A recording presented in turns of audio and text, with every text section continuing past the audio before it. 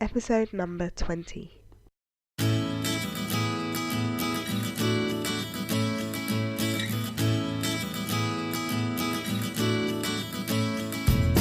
You are listening to the More Than a Lawyer podcast with your host, Jaynes. I'm here to help lawyers and mums to thrive in their careers and motherhood.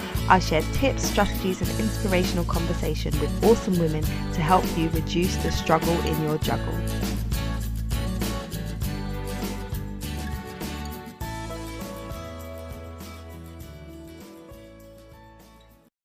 Hello, it is the new year. It's 2017, it's finally here. Welcome to the final episode of season 1 of the More Than a Lawyer podcast. When I decided to launch this podcast, I had no idea how much I would enjoy interviewing and meeting new people through this podcast. It's just been amazing and it's been a lot of fun. But as I mentioned last week, I'm taking things slower this year as I prepare to welcome our second child into the world. So podcasting is going to be on pause, which is a bit of a shame, but I will be back later on in the year. I don't know exactly when yet, so if you would like to know when it's going to be launching, drop me a line at janine@lightboxcoaching.com and I will be sure to keep you informed about season 2 of the podcast. Okay, on to today. On today's episode, I will be talking to Jayne Backett, who is a partner at an international law firm called Fieldfisher, and she's also a mother of 2. And in our conversation, she shares with us her journey to becoming a mother and her recent promotion to partnership. Our conversation offers some great insight to anyone wanting to work towards partnership in their legal career whilst raising a family. It is absolutely possible to juggle your legal career with family life in a way that works for you, and my conversation with Jayne is a really good insight into how that works. So, without further ado, let's jump right in. Hi Jayne, thank you so much for being on the podcast today. I'm so excited to interview you. Would you be able to introduce yourself to our listeners and tell us a bit about you? Sure, Janine. Thanks so much for having me on your podcast.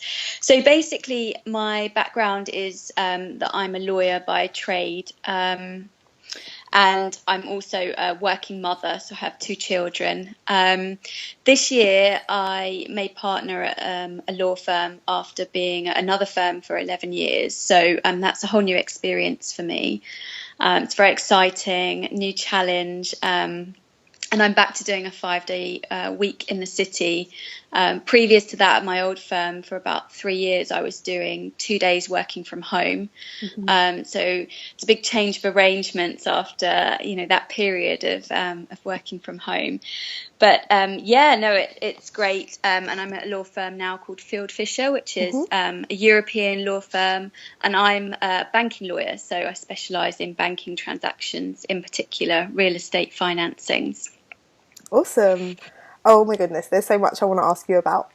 So my listeners are mainly lawyers who are either transitioned into motherhood or they've transitioned and they are working out the motherhood lawyer juggle, or sometimes I have other people listen who aren't lawyers. And so it'd be really interesting to find out more about your kind of journey into becoming a partner and transitioning. But before we do that, can you tell us a bit about your journey into motherhood? So I know that you mentioned previously that you're a mother of 2. So can you tell us a bit about how that felt for you, like going from just being a lawyer to then being a mum? Sure. So I felt like almost like a teenage pregnancy in the city. Basically, I had my daughter when I was 28, which is fairly young, I think, in the city. I was only about 2.5, 3 years qualified by the time I was pregnant.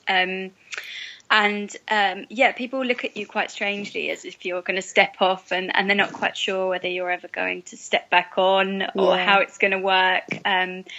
And my husband's a little bit older than me. He's 9 years older. So I think he had that kind of broodiness slightly at a different time to me. And I thought, there was never going to be a perfect time. So, we had our daughter at the point that we did when I was 28. And yeah, it was literally the best thing that could have ever happened. Having her kind of gave me a new perspective on working and a whole new purpose. And I was very sort of, self-centered about it all before, but once I'd had her, it became much more, about sort of my family and there was a greater purpose for going to work and building a career up. So yeah, I can totally relate to that. When I had my son, it was like, yeah, this is different. Everything feels different, but nice in a good way.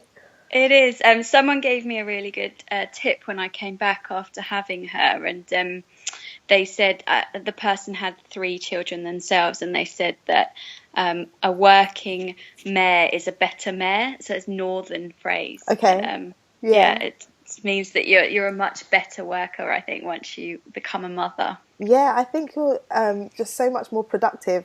I think when I think back to before, I don't know, I might have spent a lot more time chatting to people or just wasting time, I guess. But when you know that you need to leave at a certain time, or if you're working late, you want it to count, you kind of get your head down and just get on with what you need to do because you know you need to be home or you want to be home. So exactly. I had that exact conversation with one of the clients that we work for this week, who's a working mother. She said, she sees the people around her and she comes in and cracks on and doesn't take any sort of breaks to kind of look at the news or any of this sort of stuff. She just gets in, does what she needs to do and goes. And I think you do find that extra productivity. Yeah, definitely. So how did you find that kind of going back to work at that stage quite early on in your career and figuring out how to do the juggle? I think if I'm really honest, and I want to be honest, I really wanted to go back. I probably went back a little bit earlier than maybe, I could have done. And when I had my daughter, because I was so keen to get back to work to make sure I didn't, I had that fear of missing out on the work scene. So I went back just after 6 months, I think. But I think I was so keen both times to go back. There was never a sort of part of me that thought, that's it, I'm gonna, give up work or do something less demanding. I wanted to go back, and I wanted to be back in private practice, and I wanted to progress. So it wasn't even a question in my mind, really. Yeah, that's really good to know, because I think a lot of people have the view that if you're going to make it work, it means you have to move away from private practice and go in-house, or you have to leave the law completely. And so I'm very much of the view that you have to get to a place of what is important to you. And if your values are, I want to go back to work and I want to go back to work private practice, then you can make it happen, you can make it work, as long as you've decided that's what you want to do. And if you say, I want to go in-house, you can do that too. But I think getting to the place where you decide this is for me and then being committed to it is really important. Definitely. Yeah. So you said that you were at your firm for 11 years and then you moved and became a partner. So what was that jump like? So not only just moving into partnership, but actually at a whole different firm? Yeah, it's been really interesting. I've only been there for 3 months so far. And it has been it's been a huge mental transition. I was at where I was for a long time, and I had a really good internal network of people. I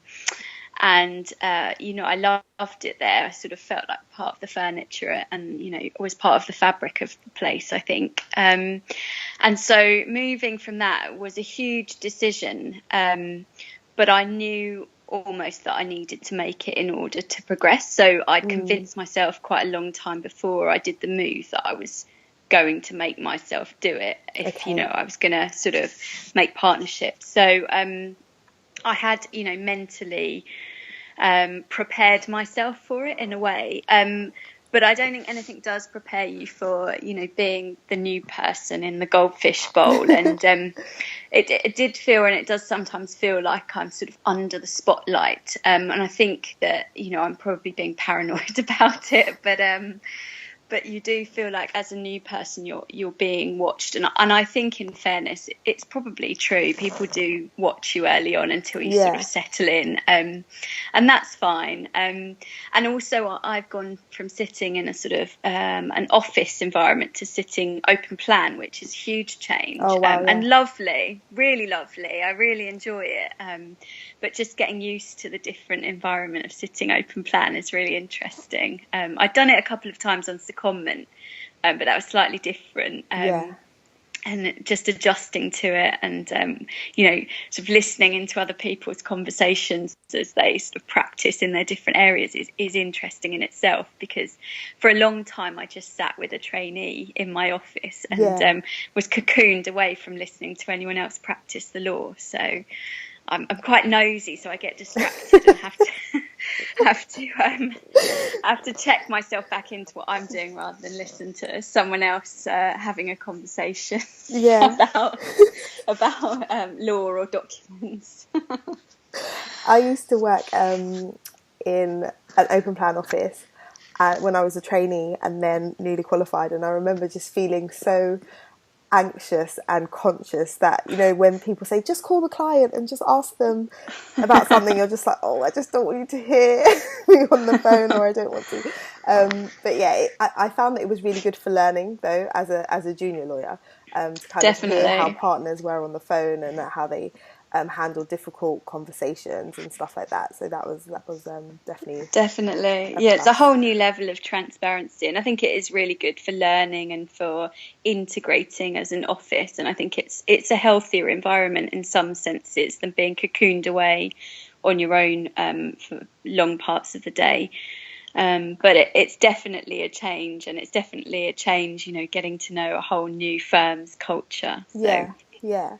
And how have you found I'm just interested to know from a kind of managing expectations point of view, because a lot of people aspire to become partners, and rightly so, getting to the kind of top of your career. But I get the impression that when you become a partner, it's not just about practicing law. You really need to know and understand the business side of things, because you need to bring in clients and be more focused on the marketing. But I'm not sure that when you're kind of lower down, you realise how much of that stuff there is to do. So I just wondered, from your perspective, are you finding that there's a whole nother side to your role that you didn't necessarily anticipate, or as you got more senior, were you taking on that kind of stuff anyway?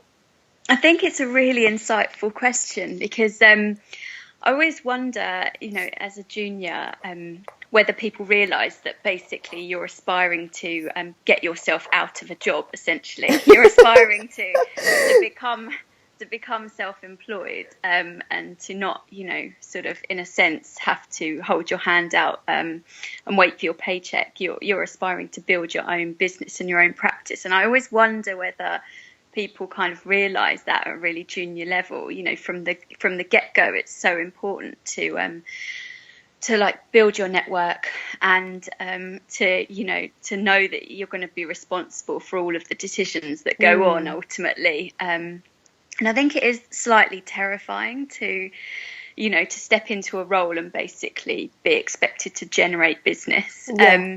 I was fortunate because at my old firm, they involved me from a really early stage in business development. So even as a trainee, I remember going to lots and lots of events, and networking with clients, and those are still people that I see now, interestingly, and people that help get me referrals in the market, and all sorts of things that I still see on the same circuit that I was practicing on 11-12 years ago. So it's really interesting how small the market is, and how how your network is so important, but also things like being responsible for basically building your own marketing documents. I'm doing that at the moment. And you have to take responsibility for things that, to get done, that things that you might not have expected necessarily to fall within your remit. You are basically, whatever needs doing that day to run your business, you need to just get done. And so it's, stepping onto that platform and knowing that you are ultimately responsible for the brand and the network, and making sure the jobs get done properly. It's exciting, but it's also terrifying at the same time. Yeah, I do think I think I'm more aware of it now that I'm kind of growing my coaching business alongside practicing as a lawyer. I'm understanding and learning about marketing. But when I was a junior lawyer, I did get involved in private practice. I did get involved in business development, building my network, but I didn't really fully appreciate where that would lead to or how I could leverage that later on in my career. So it's only now where I'm like, okay, well, if I'm going to have a business, I actually have to bring in like leads, and I need to contact people and connect with people. And now I'm like, oh, so if I was actually going to make partner, then that's the type of stuff I'd have to do. And I didn't make the connection before. So I'm not sure that many people do. Yeah, I don't think people do. And I'm not sure I necessarily thought of it in those terms either. But, I was just, as I say, very fortunate that people involved me in what they were doing at a more senior level when I was very, very junior. And I kind of, ran with that, I guess. But yeah, it's kind of, you get very lucky in the sense of people who decide to mentor you or decide to take you under their wing or guide you in the right direction. So and I'm very keen on that myself. I do loads and loads of mentoring as much as I can, and have done for a long time, because I think our career in the law is not that transparent, particularly in private practice. It seems to be still shrouded with lots of secrecy, and people don't talk openly about things and how you progress and how you can make partner. And so I'm against, those kind of secret processes. And so I just, speak to people really openly about how I think things work or how they can progress and do better. Yeah, and I think that's awesome. And the way that we connected is by me reading your article in the Above the Law blog, which was great.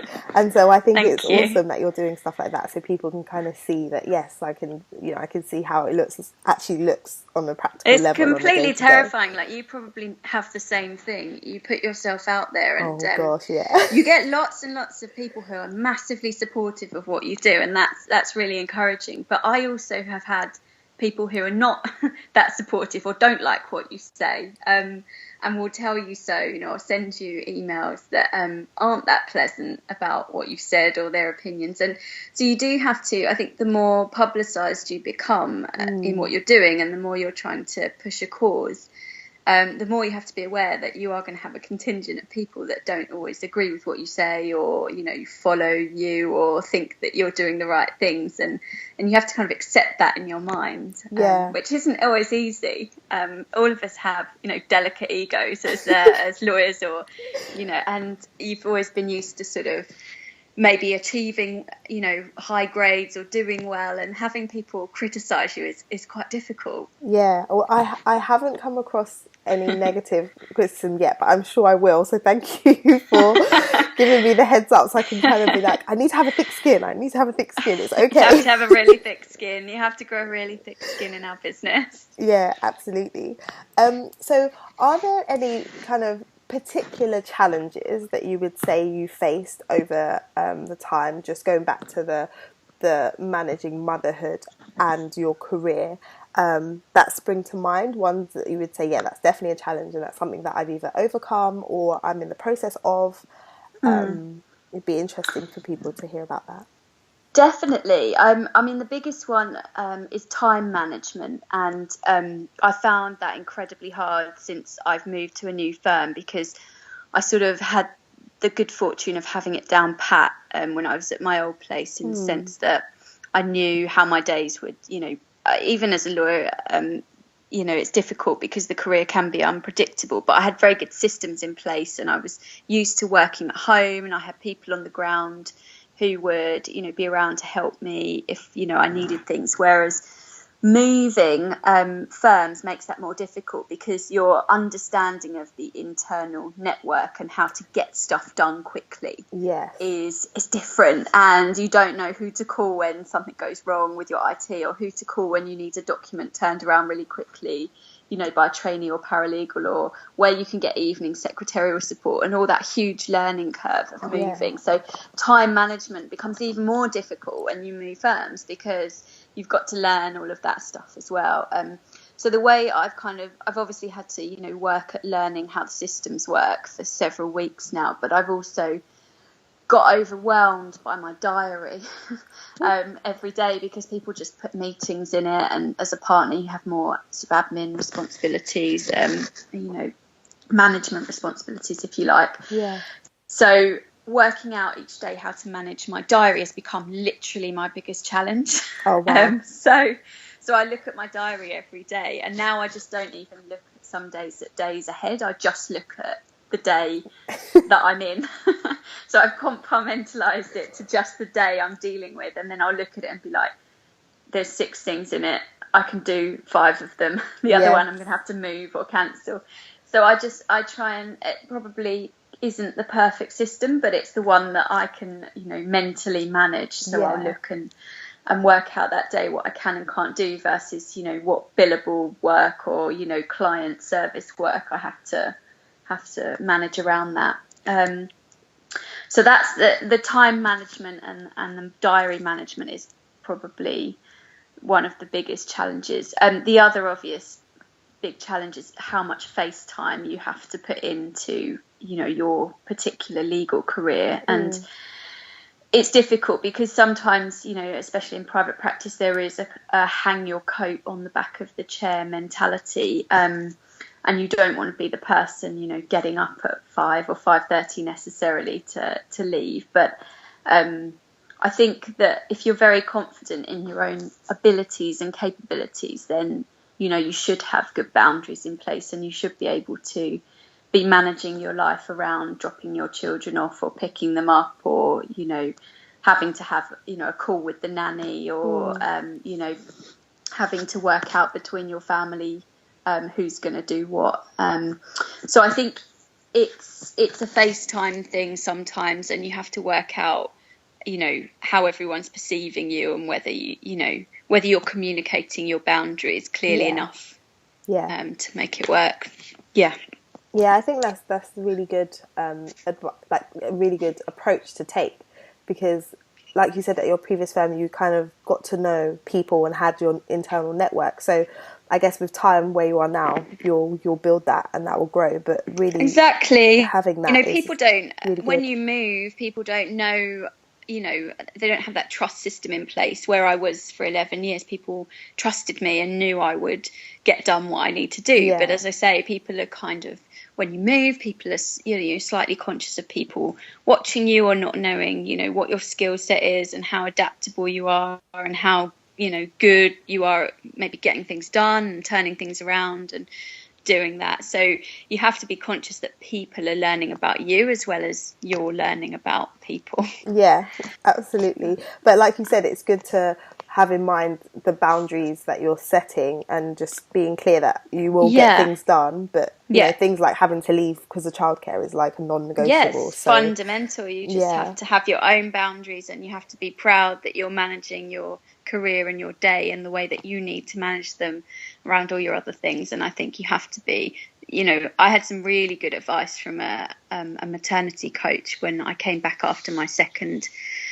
child. My son was born, and she said to me, I was in tears. It's like a therapy session. I was in tears, saying I wasn't managing my working schedule very well, and she said to me, why not? And I said, because I'm supposed to be working 3 days in the office and 2 at home, and I'm not doing it. And she said, why aren't you doing it? And I said, well, because I feel like I need to be in, and I feel like I should be here, and I feel like I'm being internally put under some pressure to be here. And she said, well, you need to show those people that it works, and then they will adapt to it. And so from that moment on, when she gave me that advice, I literally did my 2 days almost no matter what. I was very flexible. If I needed to come in, I would. But, I would try very hard not to make excuses for me to go in, if you see what I mean. Yeah. And that really worked. Like, I really disciplined myself to try and do everything I could to make the 2 days at home work. And it did. And, the people that proved that it could work, like myself, We were top of the kind of sort of billing charts. We were most productive people in the office. And I think that just goes to show that if you want something to work, it really can. And then you can really prove statistically to other people that it does work. But I just had to be disciplined and had to not worry so much about what other people were thinking all of the time. Absolutely. And I think from what you just said, I think it's really important to realise that it's not just for your sake in terms of like making it work for you. It also impacts the culture of the firm, because if you didn't stick to your guns and say, I'm going to do the 2 days, and then, people see that actually you're still going to be productive, then as a firm, they may not then, for the next person who wants to have flexible working, say that it's a possibility. So I think in terms of the cause of, women being able to continue their careers and raise families, I think it's important for us to kind of be willing to say, yes, I can make it work. Where there's a will, there's a way.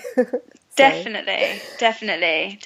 And you have to, the trust that they then extend to you, I would always extend back. So if there was, something that they needed me to be in for on a day that I was supposed to work from home, I could always swap it. My schedule's always been, I'm very fortunate that I've had systems in place that my schedule is entirely flexible. So both ways it worked, really. Yeah, that's awesome. So are there any other tips? So those are really good tips in terms of setting the boundaries and being really clear and building your network and having confidence in your abilities. But are there any others that you would say to someone who is on the verge of trying to figure out going back to work, or has gone back to work and they're struggling with the juggle? Do you have any others that you would say to somebody? I think I would say a couple of things. I would say don't be afraid, if you can possibly do it, to invest as much as you can in really good childcare, or if people's families are willing to help, that's obviously great, but not everyone has that luxury, and I totally understand that. And sometimes that means that people are going to work and almost putting as much as they earn towards childcare, and that's obviously very frustrating and sad, but sometimes it's really worth that shorter term investment, so that you can get back on the horse and get working and get progressing your career. And so I would say don't be afraid to ask for what you want in terms of flexibility or part-time working.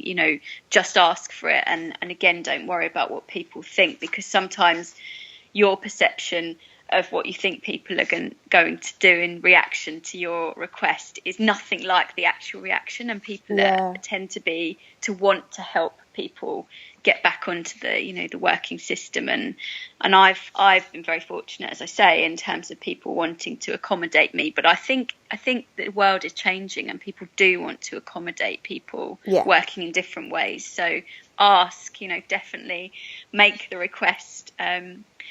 And I would just say, it's a wonderful thing to have a career. So don't give up if it's what you want. Don't think you have to settle for something less either. Yeah, great tips. Thank you. You're welcome. So I'm a quote person. I love inspirational quotes, and I love ones that kind of stick in my mind and I can go back to. So I was wondering, are there any kind of quotes or mantras or things that you have come across and that you refer back to, or refer to? I love this poem by Rudyard Kipling, and I don't know if you've heard it, and I won't say all of it, but it goes, if you can dream and not make dreams your master, and if you can think and not make thoughts your aim, if you can meet with triumph and disaster and treat those two impostors just the same, yours is the earth and everything that's in it. I just absolutely love it's a lot longer a poem, but it's an amazing poem, and it basically tells you how to behave in life in order to win and to get through, and to sort of keep your temper and your good temperament. That's great. Awesome. I haven't read the whole poem, but I absolutely will. I'm definitely a lover of poetry, and so I love that. So I will check that out, and I'll tell everyone else to as well. So it's just been really good speaking to you, and I'm sure that there'll be so many people that have listened to this interview and they're like, oh yes, she's done it, so I can definitely do it. If anyone wants to connect with you and learn more about you, where could they do that? So presumably on your firm website, but you also have your blog. Do you want to tell people about that as well? Thank you. Yeah, I'm at Fieldfisher, so people can connect with me through my details on the Fieldfisher website. I also write for Above the Law, which is a legal column. So again, I'm on there, and I often push out my columns through Twitter or LinkedIn. I'm on LinkedIn, and I'm under Jayne Backett on both of those. So people should definitely connect. I like people connecting, like you have. Yeah, it's been awesome. I'm so glad. I was like, I must just send her an email because this article is so great. So I'm glad I did. So we got the opportunity to speak. This has been great. Thank you so much for coming on. I really appreciate your time. Thank you so much, Jayne. I really appreciate it. Thank you. Good luck with the rest of the podcast and the coaching. Thank you.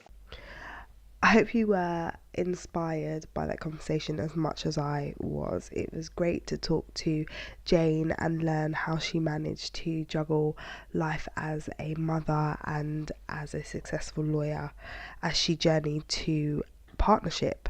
She shared some really good tips on setting boundaries, on building a network of people that you can rely on within your firm, and so much more. So I hope you realise that you can find ways to make it work. Yes, there will be some sacrifice, and yes, there will be some tough decisions along the way, but if it is your choice to become a partner and to raise a family, then it is absolutely doable. If you want to hear more from Jayne, or you want to connect with her and learn more about her story and her journey, then head over to www.lightboxcoaching.com/episode 20, where you can access the show notes, and I will put a link to her website, her firm website, and also to her LinkedIn profile. Now, this brings me to the end of the episode and the first season. I will be back though in a few months' time. In the meantime, it would be great if you could head over to iTunes if you haven't done so already and leave a review on the show so that more people can find and listen to the episodes from this season and then the episodes from the coming season also. I really appreciate your feedback. I love receiving notes and comments from listeners and from people who have been enjoying the show, so do reach out to me. As I say, I'll be missing being on every week, so it will be good to connect with you via email. So before I leave, I just want to say, make your plans for 2017. Make big plans, break them down, make your goals actionable, and then go forth and make them happen. There's no reason why you can't achieve a whole load in the coming 365, or how many do we have left now? 363 days that are left of 2017. So make them count, and there's no time like the present in terms of getting started. So until we speak again, I would urge you to take care of yourself and also take care of your babies, and yeah, just enjoy life, and I'll speak to you soon. Bye. Be blessed.